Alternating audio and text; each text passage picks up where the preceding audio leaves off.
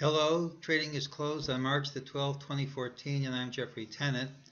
I'd like to apologize to anyone who gets today's video twice. I somehow erased the first version. I can't find it again, so I'm going to redo it. Yesterday, we had a target of 1871.30. I said there was an increased risk of failure, but I thought the target would print unless we gapped under Tuesday's low. We did gap under Tuesday's low. The target did not print, but its equivalent has printed in the futures market. That does not count because mejt targets have to print during regular trading hours to count. However, as I'm saying this, there was resistance over this target when its equivalent printed in futures. During the day, there was a mejt sell signal, but the target was hit immediately, making it untradeable, and there was support under the target. mejt said this was a false move and there would be retracement, which happened. For tomorrow, the system has a new signal of a new target of 1859.60 minus. It's based on an ultimate signal, so I think it will print. With higher and lower targets out there, the system doesn't say which one comes first. In general, it's a pretty positive pattern when we gap down, hit a low early in the day, and rally all day. Unless we gap under that low, usually higher prices print.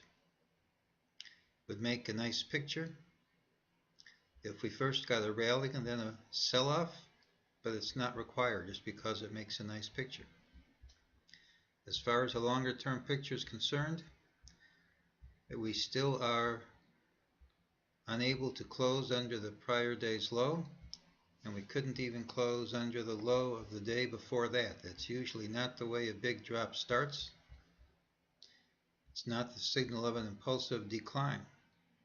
I thought we had a good chance for a top of sorts last week, but other indicators aren't playing along. For instance, let's come back here. For instance, if you look at the VIX, it hit its upper Bollinger Band. That's usually a sign of a low. The NASDAQ McClellan Oscillator hit its lower Bollinger Band. That's usually a sign of a low. The put-to-call ratios are hitting their upper Bollinger Bands, and that's usually a sign of a low. In other news, I want to point out that a lot of people have read the books about the system and still aren't using it properly. It's going to help them to know that my friend Robin Tracy has written software which will give all the signals. If you look at today's trade, there was an ultimate variance sell signal in the morning. There was an afternoon sell signal. There was a false move. The software